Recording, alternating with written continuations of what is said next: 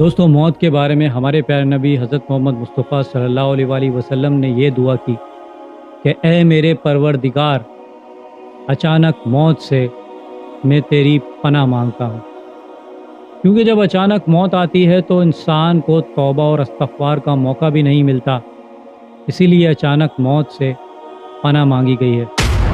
ایک مرتبہ حضرت اسرائیل علیہ السلام یعنی ملک الموت سے حضرت یعقوب علیہ السلام کی ملاقات ہوئی تو حضرت یعقوب علیہ السلام نے حضرت اسرائیل علیہ السلام سے یہ عہد لیا کہ تم میری روح قبض کرنے کے لیے اچانک نہیں آنا، پہلے کوئی قاصد بھیج دینا۔ حضرت یعقوب علیہ السلام تو اللہ سبحانہ و تعالیٰ کے نبی تھے، اس لیے انہوں نے حضرت اسرائیل علیہ السلام سے عہد کروا لیا، مگر پھر ملک الموت ایک عرصے کے بعد حاضر ہوئے۔ حضرت یعقوب علیہ السلام نے ان سے پوچھا کس کام سے آئے ہو؟ کہا کہ میں آپ کی روح قبض کرنے کے لیے آیا ہوں۔ حضرت یعقوب علیہ السلام نے ارشاد فرمایا کہ تم نے تو وعدہ کیا تھا کہ اچانک نہیں آؤ گے، پہلے قاصد بھیجو گے۔ تو حضرت اسرائیل علیہ السلام نے ارشاد فرمایا کہ میں نے آپ کے پاس قاصد بھیجے تھے۔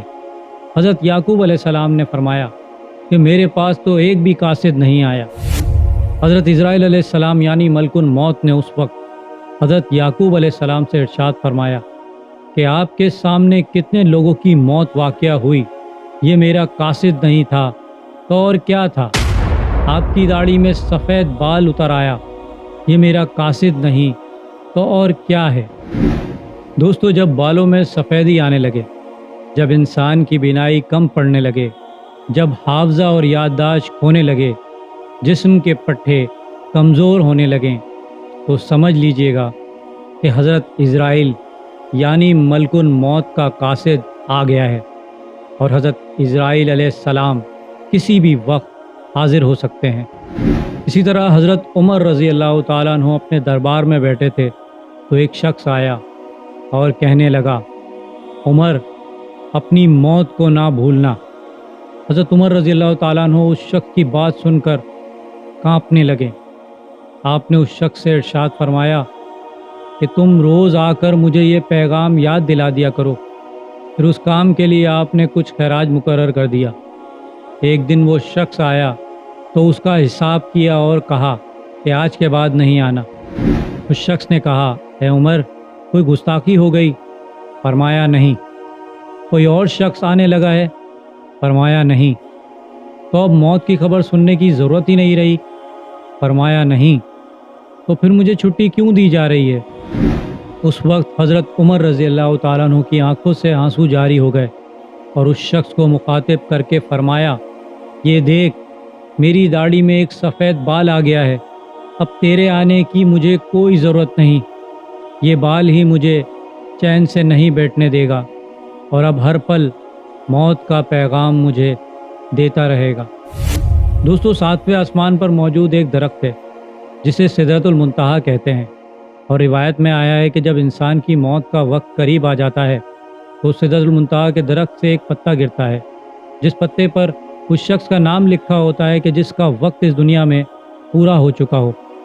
تو حضرت اسرائیل علیہ السلام یعنی ملک الموت اس شخص کے پاس آ کر بیٹھ جاتے ہیں۔ اس وقت اس بندے کی کیفیت ایسی ہوتی ہے کہ ملک الموت اسے نظر آنے لگتے ہیں، تو وہ شخص حضرت اسرائیل علیہ السلام کو دیکھ کر گھبرا جاتا ہے اور گھبراہٹ میں پوچھتا ہے کہ تم کون ہو؟ حضرت اسرائیل علیہ السلام فرماتے ہیں کہ میں ملک الموت ہوں اور تیرا اس دنیا میں وقت ختم ہوا، لہٰذا میں تیری روح قبض کرنے آیا ہوں، اور میں وہ موت ہوں جو تجھ سے پہلے بھی لوگوں کو اس دنیا سے فنا کر چکی ہے، جبکہ وہ لوگ تجھ سے بھی زیادہ مالدار اور بہت زیادہ طاقت رکھتے تھے۔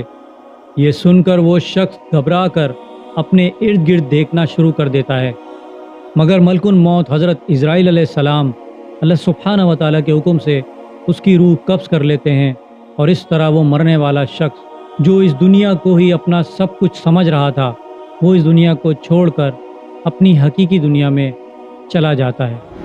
دوستو، مرنے کے بعد انسان کی روح اپنی مادی جسم کو چھوڑ کر ایک ایسے مقام کی طرف سفر کرتی ہے جسے عالم برزخ کہتے ہیں، اور اس برزخ کے اندر بھی آگے دو مقام ہیں۔